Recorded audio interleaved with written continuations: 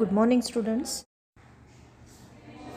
Good morning, students. In our today's video, we are going to learn more about the spherical aberration present in the objective lens. We have already seen the definition of aberration in the objectives of microscopic lens along with the chromatic aberration. In today's video, we will focus upon the spherical aberrations which are present in the objective lens. So let us start.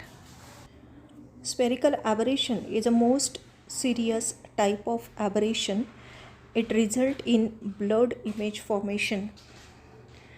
It occurs when there is more power in outer portion than that of the inner portion of a lens system, which result in formation of ring structure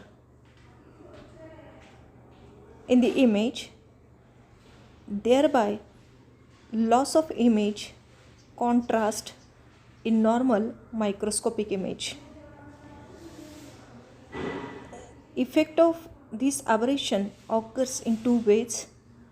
First one, the center of the image remains more in focus than that of the edges, and second, the intensity of edges fall relative to that of center.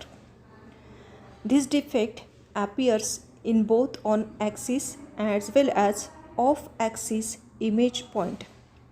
This can be overcome with the help of convergent and divergent lens elements, which are properly shaped to minimize variation of focal power with the aperture. Thank you.